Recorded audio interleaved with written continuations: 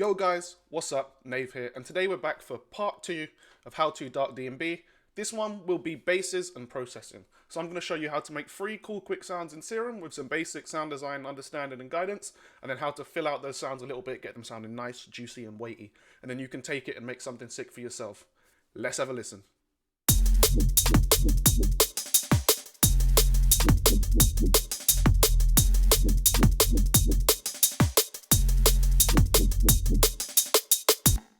Right then, let's not waste any time. We're going to get straight into this, and we're going to start with the fuzzy 808. When it comes to sound design, I find a lot of people like to get in their own head and overcomplicate stuff and think they've got to be doing all of this mad crazy stuff with a synth or with a plugin to get a sound the way they want it. But honestly, it's a lot easier than you think. I'm personally someone who struggles with synthesis, so I'm always still learning new things. Never be afraid to ask for help, never be afraid to watch some more tutorials to get yourself a better understanding, because a lot of times it's the little simple things that you miss and overlook that end up being the one thing you need to get it how you want it. So let's begin. So we got initialized Serum loaded up. We're going to head over to our wavetables for oscillator A, and we're going to load analog BD sine. Now we're going to bring it down 2 octaves because you want it to sound really deep like you want for your 808, because all we want is just a big fat sustained sine wave. And we're going to bring the wavetable position all the way over to the right, just add some harmonics in, give it a little bit of flavor. And we're going to bring the attack up to around just like about 10 or so we don't really get much of that clicking noise whenever it's triggered. And then we're going to extend the decay to around 3 seconds or so, just so that it will really hit and ride its wave down. And then bring the sustain all the way down. There you go. And we set the release to around like 120. And that way it just really rides the note all the way down. Next, we're going to go over to the noise, and we're going to load bright white. This is what's really going to give this little bass some of that grit, some of that fuzz when we end up distorting it next. So I bring the pitch all the way up here, and then you dial in just the amount of noise you want, how much fuzz you want, how much grit, all up to you. Trial and error is the name of the game, always good to experiment, find out what you like. Now, in the distortion over here in the effects, we're literally just going to leave it at tube, and we're just going to bring that drive all the way up. And there you go. If you want more, you just dial in the level. And there you go. Your fuzzy 808 stab hit. Next, we're going to get onto the deep reese. The reese is one of the most common used sounds in a lot of electronic music, from future bass, UK garage, dubstep, and especially DnB. So let's not waste any time, let's get right into this. We're going to go to oscillator A and load up basic shapes, and we're going to set it to a sawtooth. All really a reese bass is just 2 or more detuned saw waves that come together and create what's known as phase cancellation. Phase cancellation is what happens when you have 2 or more signals in around the same frequency space or the same frequency, and they fall out of phase with each other. That's what creates that wobbling or that pulsating kind of effect that you would attribute to an average reese. So if we turn up the unison in Serum here to show you, and if we bring up the detune to exaggerate it, you can feel them pulsing in and out with each other. But to get it sounding nice and deep, we're going to use the lovely filter over here, low pass 12, and we're going to set the cutoff to just around 200 or so.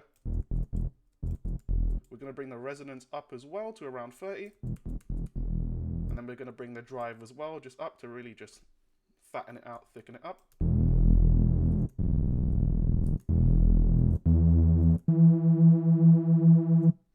And there you go. You've got a nice deep reese. Last, but definitely not least, I'm going to show you guys how to make this dark wob. It's going to be a cool foundation for you to take it, flip it, elevate into something cool for your own track. So let's get into it. We're going to load up both oscillators here and set them to analog BD sine. And then we're going to turn up the octave of oscillator B just by 1, and then turn on frequency modulation from B for oscillator A. Set that to around 35%. And now we come over to our lovely filters to get this sounding nice, deep and dark. Set it to low pass 24. Make sure that it's affecting both of our oscillators. Turn on filter key track and set it to around 119. And then we turn up the resonance to around just 40. Now we've got that nice deep dark basis. And to give it that nice wob, we're going to take this envelope too. We're going to set the attack to around 150, anywhere in that region. We're going to take the decay and set the decay down to around 250 itself, and turn that sustain all the way down. And then next, we're going to attack this envelope to the frequency modulation and the cutoff. So you can already hear the whoom is in there, but we want it to be quite subtle, quite quick. So we take it down to around anywhere from 10 to 20. Depends how much you really kind of want it to hit. And then we put that on the cutoff as well. Already you can see how it's sounding. And then the more resonance you add, the more of that peak you kind of get, that kind of gives it more of that wobby sound. So entirely up to you how much you want. And there you go, your own dark wob. Great, now that's all done, let's have a listen what it sounds like with the sub and the drums.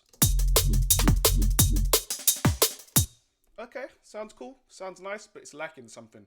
It hasn't really got much presence. So let's have a little look at how you can make a nice, quick, simple layer that will really help bring out this sound. One of the first things I like to do when I'm making a layer is I duplicate my channel and I change its name so that I know which channel I'm affecting.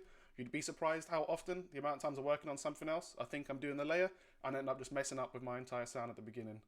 So what I do is I duplicate the channel, and first thing I like to do is take out all of the lows from the sound. So when I put some post-processing on there, distortion, delay, whichever, just none of the low-end information is being messed around with, because that can really change how your layer will sound. I've also had just a little bit of a peak at around 500 or so. Just kind of brings out more of that resonance, gives it just a little bit more of a bite, as I like to call it. One of the next things as well is, because this is quite a dark tune and there can be a lot of dry empty space, I like to load up some Valhalla plate reverb here and just have it quite low, not really too much on it, but it really helps give it some more kind of atmospheric appeal. So rather than it just be dry and cut off there, it kind of lingers, really gives it some cool flavor. And then of course, you got your lovely distortion. Not really about the drive, we want the tone because we just want more of that grit, more of that harshness. So with it, it'll sound like this. There you go. Really just gives it some more weight, makes it sound beefier. And together, they'll both sound like this. There you go. That's it for our dark wob. And you can do the same for your 808 and for the deep reese. And there you have it. Now, with everything we've learned today, and everything we learned in episode 1, should be sounding like this.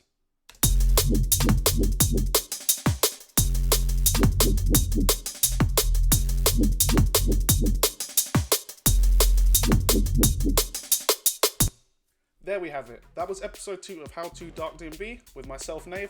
I hope you guys have enjoyed it. If you have, please leave a like, a comment, and a subscribe, and I will see you guys in the next episode.